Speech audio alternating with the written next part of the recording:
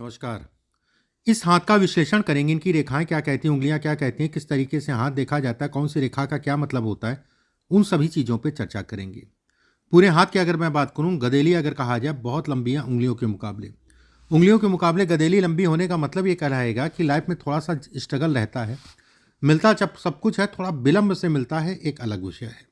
दूसरी चीज़ अगर कहा जाए तो घर परिवार में भी कहीं ना कहीं मानसिक रूप से तनाव रहता है। तनाव का मतलब केवल यही नहीं होता लड़ाई झगड़ा, तनाव का मतलब ये भी हो सकता है शरीर स्वास्थ्य।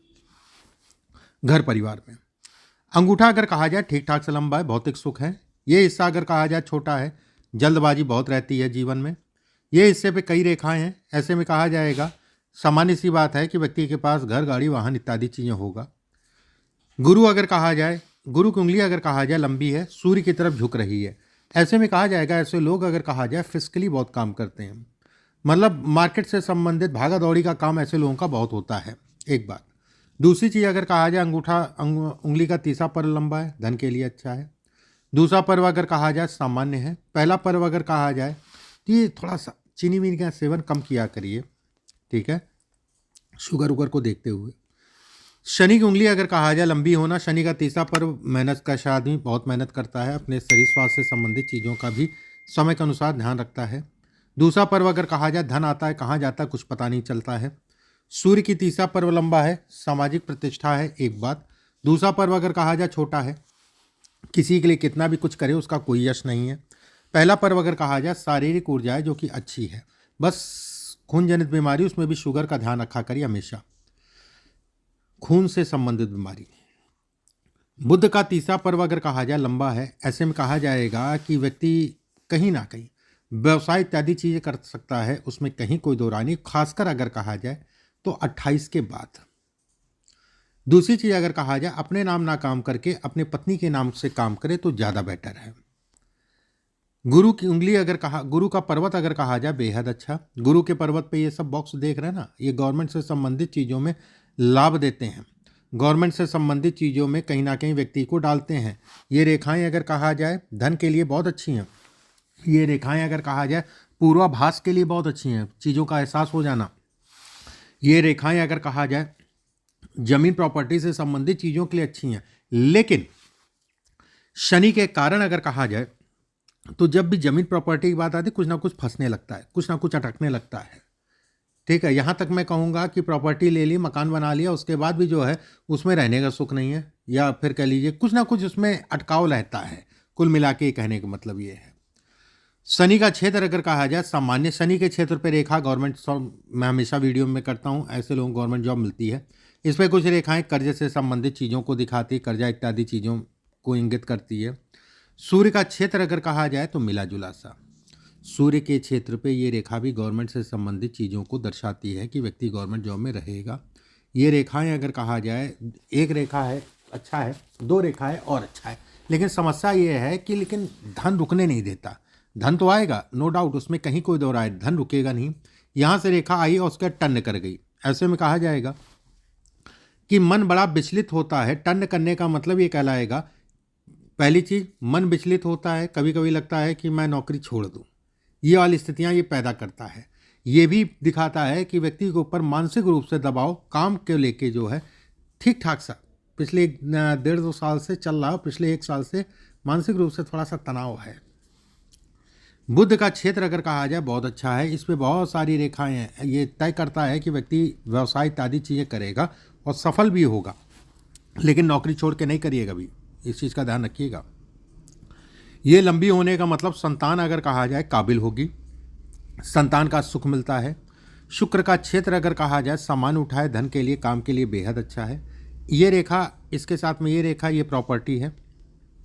ये रेखा अगर कहा जाए, इस पे बहुत सारी रेखा आप देख रहे हो बन रही है, ठीक है, जीवन रेखा के ऊपर, मतलब ऐसे करके बता देता हूँ मैं। ये है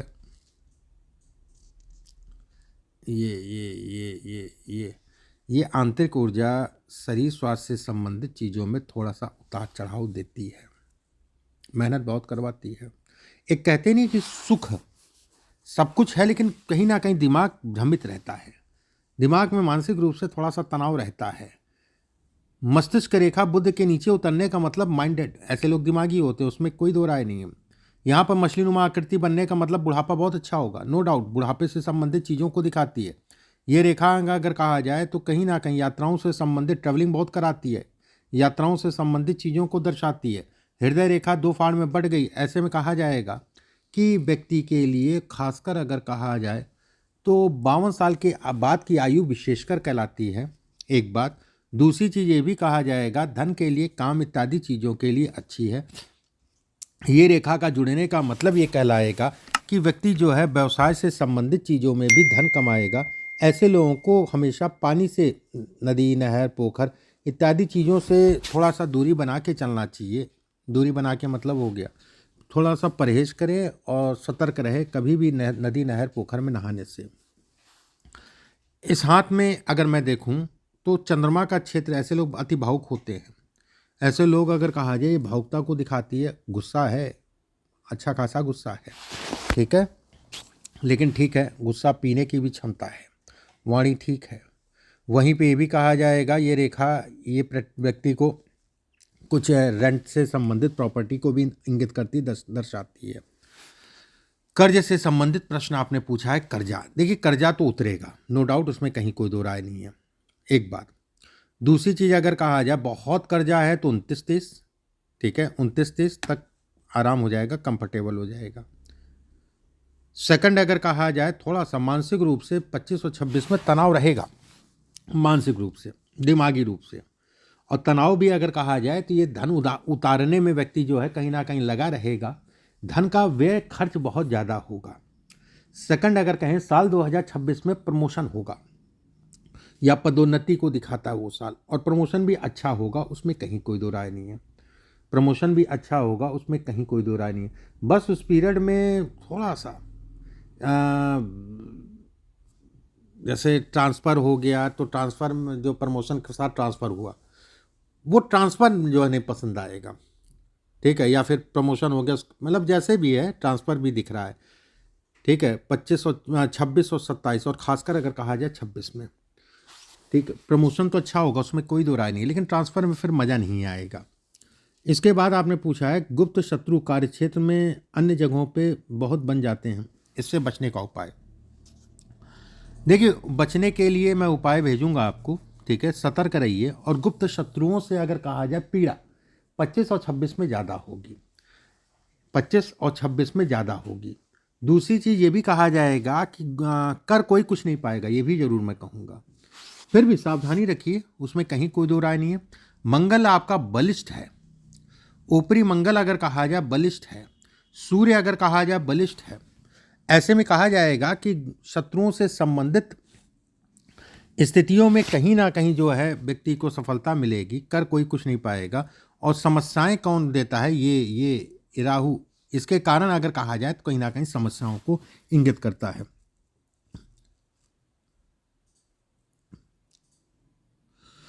आपने पूछा है कि अधिकारी जो है नाराज हो जाते हैं अपना काम। देखिए अभी ये सब स्थितियां रहेंगी, मैं उसको मना नहीं करूंगा, थोड़ा सा सुधार तो होगा ही, लेकिन 25 और 26 में फरवरी तक का जो है ये तनाव रहेगा भी, ठीक है, उसमें कहीं कोई दो राय नहीं है।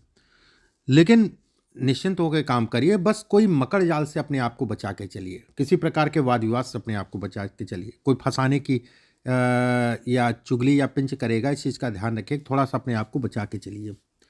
कोई काम शुरू होने पर लगता है कि अंतिम में, देखिए किसी का भी धरती पे 10 काम में से 10 काम नहीं होता है, ठीक है, धरती पे मैं बात कर रहा हूँ। मैं ये जरूर कहूँगा कि उपाय तो मैं भेजूंगा, और समय सबसे बड़ा होता है, समय से बड़ा कुछ नहीं होता है। तो कोशिश ये करिए कि समय का अनुपालन करिए। और मेनली तो साल 2027, 28, 29 बहुत बढ़िया है, उसमें कहीं कोई दो राय नहीं है। हालांकि बेटर अगर कहा जाए 26 से ही ठीक है, 25 अगर कहा जाए मानसिक रूप से डिस्टर्ब करेगा, फिर भी आपकी व्यवस्थाएं चलती रहेंगी, उसमें कहीं कोई दो राय नहीं है, व्यवस्थाएं आपकी चलती रहेंगी। अब जैसे ये रेखा आ रही है, ये रेखा ये भी दोहरे माध्यमों से धन कमाती है, दोहरे माध्यमों से व्यवस्थाएं कराती है। साल 2026 और 27 में जैसे काट के प्रमोशन के लिए साल 2026 में सितंबर से लेकर साल 2027 का पीरियड अगर कहा जाए तो व्यक्ति इस पीरियड में बहुत तनावग्रस्त रहेगा, जगह को लेके, स्थान को लेके मानसिक रूप से तनाव। 28-29 फिर बढ़िया हो जाएगा। 30-31-32 ये फिर बढ़िया हो जाएगा। 33-34 फिर उधर का पीरियड अच्छा है, नो डाउट, कहीं कोई दिक्कत वाली बात नहीं, उधर के पीरियड में समस्या नहीं है, ठीक है, उसमें दो राय नहीं है कि कोई समस्या या परेशानी। बहुत समय निकाला आपने, थोड़ा सा और समय निकालिए, फिर भी काम पीछे भी कोई नहीं रुका हो जाता है, व्यवस्थाएं हो जाती है, कहीं ना कहीं से कुछ ना कुछ ऐसा होता है जिसके कारण जो है काम चल जाता है। अब जैसे ये सब रेखाएं अगर कहा जाए राहु से संबंधित रेखाएं हैं, लेकिन ये रेखा ये मिल जा रही है यहाँ पर, कुछ रेखाएं ये प्लस का है, माइनस नहीं है, ये आपको सपोर्ट करती हैं, आपके जीवन से संबंधित चीज़ों के लिए अच्छी हैं, काम धाम से संबंधित चीज़ों के लिए अच्छी हैं, उसमें कहीं कोई दो राय नहीं है।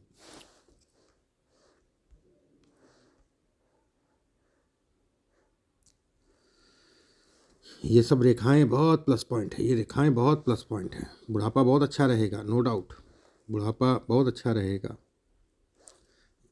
ये घर में जो है थोड़ा तनाव देती हैं, घर से संबंधित तनाव को दिखाती है। ये रेखा काटना थोड़ा सा प्रॉपर्टी उपर्टी में देख दाख के लिया करिए, प्रॉपर्टी से संबंधित चीज़ों में भी कुछ वाद विवाद होंगे, लेकिन कहीं ना कहीं सफलता आपको मिलेगी, ये तय है। अमाउंट अगर कहा जाए, सामान उठे, काम धाम धन इत्यादि चीज़ों के लिए अच्छे अमाउंट, ठीक है। बाकी मैं कुछ उपाय आपको लिख के भिजवाऊंगा और उन उपायों को ज़रूर करिए, आपके लिए बेहद फ़ायदेमंद होंगे। एक पुखराज भी आप इसमें पहन सकते हैं। पुखराज लगभग 6 कैरेट का गोल्ड में बनवा के किसी भी गुरुवार के दिन सुबह के समय उसको धारण कर लिए। पुखराज आपको सूट करेगा और अच्छा सूट करेगा। पुखराज पहनना आपके लिए अच्छा है, ठीक है, उसको ज़रूर पहनिएगा पुखराज। अभी के लिए बस इतना ही, नमस्कार।